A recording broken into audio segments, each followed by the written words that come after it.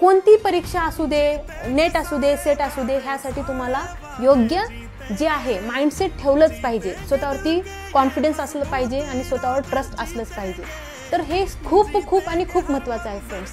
तर लवकरात लवकर फॉर्म फिलअप करून घ्या आणि हे सांगितलेलं आहे, कंप्लीट फोकस जर 15 दिवस तुम्ही ठेवून अभ्यास केलात तर 100% हे सक्सेस तुमचं राहणार आहे. पेट पास होताल, PhDला ॲडमिशन होईल आणि एक चांगली सुरुवात होईल, फेलोशिप भेटेल आणि नंतर तुम्ही जर सेटनेट नसाल तर PhD करत करत तुम्ही सेटनेटसुद्धा क्वालिफाय होऊ शकता.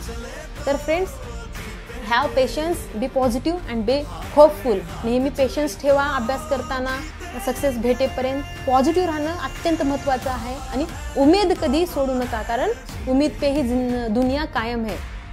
आणि सगळ्या चांगल्या चांगल्या गोष्टीसाठी आपल्या फील्डशी रिलेटेड आणि मला जे काही गोष्टी तुमच्या लाईफमध्ये व्हॅल्यू ॲड करतील असं वाटेल, मी तशा गोष्टीवरती नक्कीच व्हिडिओज बनवीन.